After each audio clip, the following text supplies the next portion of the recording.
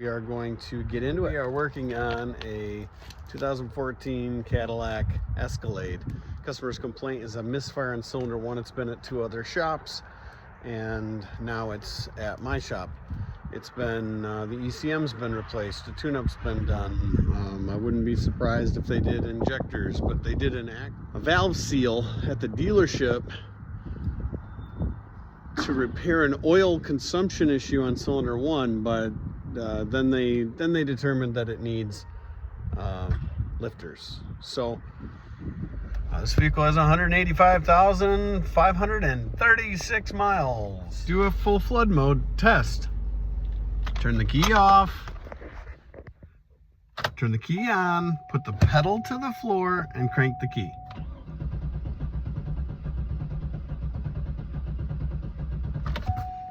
It's definitely got low compression, so there's no sense in really driving it. Like, I already did the test for compression. I already know it's got low compression. I don't know which cylinder. I'm assuming cylinder one because that's what the customer said, but I'm gonna scan it for codes. I'm gonna look it over. I'm gonna compression test cylinder 1, 2, 3, and 4. Well, actually 1, 3, 5, and 7 on this one because it's a Chevy. And then I'm going to compare them to each other. Cylinder one's not firing, so you see how dark that is? That's the manifold. That's cold. That's 3, 5, 7. The cylinder one is definitely the one missing. 0300. Ooh. Coil 1 control circuit.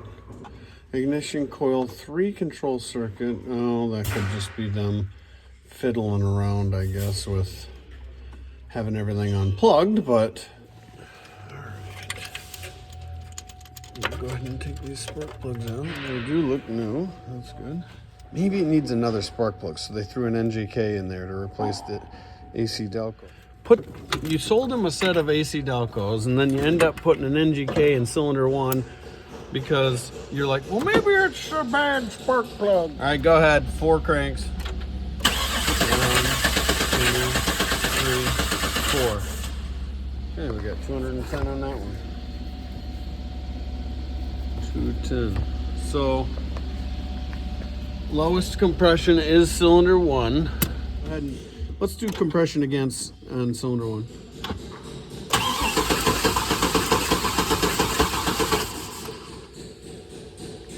Yeah, it's a little bit low, but it's not extremely low. So, you know what?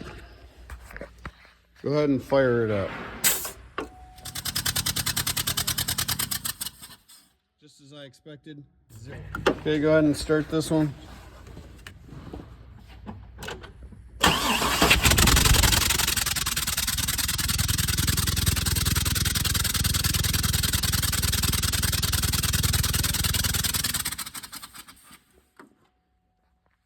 So yeah, valves are moving. The issue is no compression. There's a broken bolt right there on the exhaust, so that's the ticking noise the customer had mentioned, and we do listen to our customers. Filter's got metallic junk in it. It's overdue for an oil change. The valve, picture of the valve looks like it's made contact with the piston. He did a leak down test on it, and it's just hissing out of the intake valve. So regular compression test fine. You do the running compression, that cylinder only builds 40 PSI. The one next to it builds 125 PSI. So we know there's a valve issue, some kind of valve issue. So we pulled the valve, we believed the dealer enough to pull the valve cover off. So we pulled the valve cover off, and the valves are still moving. So the technician, took the time to crank the engine, and yeah, valves are moving. Okay. All right. Do a leak down test on that cylinder. Well, guess what? Intake valve is leaking out the intake. So he stuck a bore scope down in there, flipped it around, and you can see that the valve has made contact with the piston. Yeah, there's marks on that. The valve's on the top here, and that's the piston, but there's definitely some marks there. So now, how does that happen on this engine with 300 thousandths clearance between the engine and or the valve and the piston? It should never make contact with it. Well, I guarantee that what happened is the lifter got stuck in the bore, held the valve open, piston knocked it back down, and then it got stuck, knocked it back down, and you can see 5 separate little marks, almost like as that valve was rotating, it was tink, tink, tink, kept getting pounced about back against the head. Basically, it needs a lot more than what he thinks it needs. I can't provide a warranty on half the engine. I can't provide a warranty for an engine that's full of sludge and has a lot of miles on it. I'm recording myself talking to you on the phone. Are you okay with that? Yeah, that's fine. We did not trust anyone leading up to this. Not because we don't think that they can do a good job, but we just see a lot of people jumping to conclusions, and it's expensive to do that. My goal here is to make sure that what we're doing for you is going to fix your issue. So you wanted lifters, I quoted the lifters, you brought it to me, but it's been around, leading up to this. So we looked into it. First thing we did was we pulled it in. We did a quick full flood mode. Okay, I can hear low compression on a cylinder. It's probably cylinder 1 like the customer stated. So then I scanned it for codes. It had circuit codes for that entire bank's coil drivers. And so I think the dealership had all those coils off of there, turned the key on, and it set all those codes. So I didn't have any current. I did a compression test across that bank, and I had 190 on cylinder 1, 200 on cylinder 3, 210 on cylinder 5. And I said, okay, well, it's not very low, but it's low a little bit. Nothing to be concerned about. It should run, right? So then it sounds like 20, 30 pounds different. Yeah, it's only about 10%. So it's actually, it should run and run smooth. So right. I did a running compression test, and I got 40 PSI on cylinder 1, and I've got 125 PSI on cylinder 3.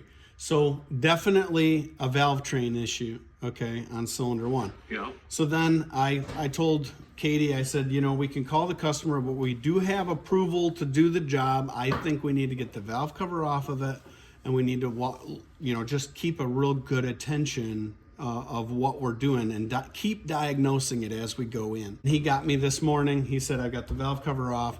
I drained the oil. It's got metal in the oil. What? It's got metal in the oil, and the intake valve is stuck open. So we stuck a borescope down in the cylinder, and it's like we're thinking that basically this needs a reman engine. That's what we think. Yeah, you're talking lots of money. Yeah, I mean it's not going to be cheap. It's not going to be anywhere near what we quoted you. It's probably going to be 3 times what we quoted you. Yeah.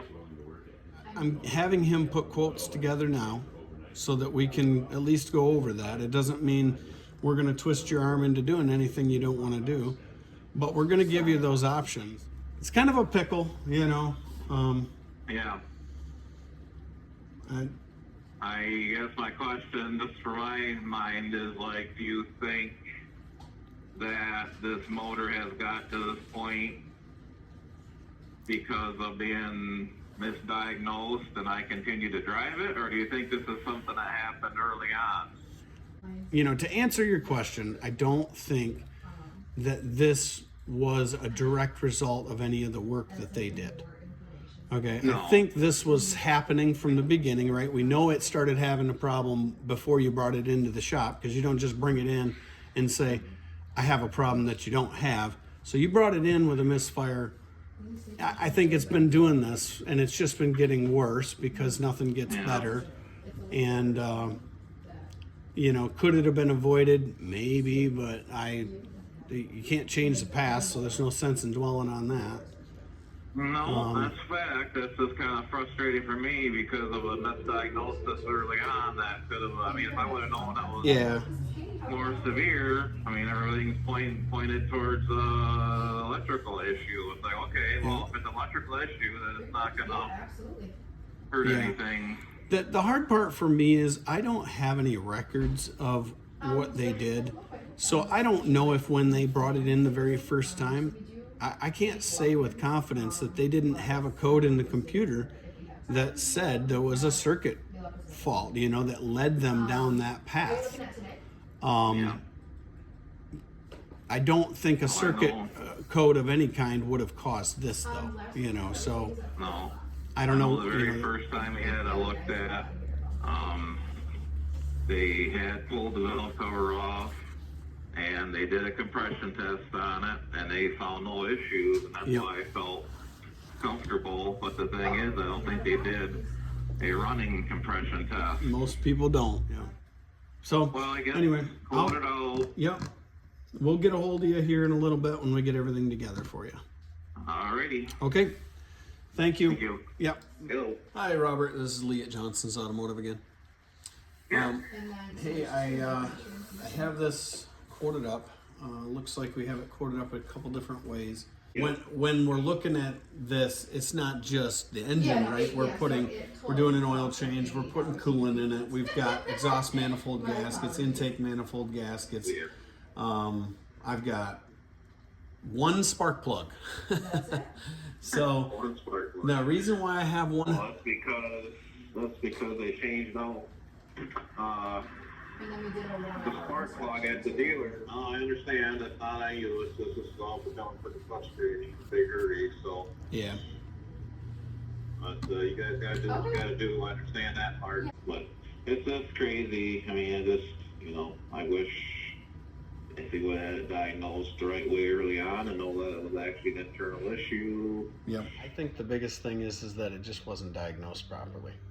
It wasn't diagnosed properly at the first shop, or the second shop, and although we agreed to do the repairs that the customer was asking us for, we looked into it and found that it wasn't going to fix it.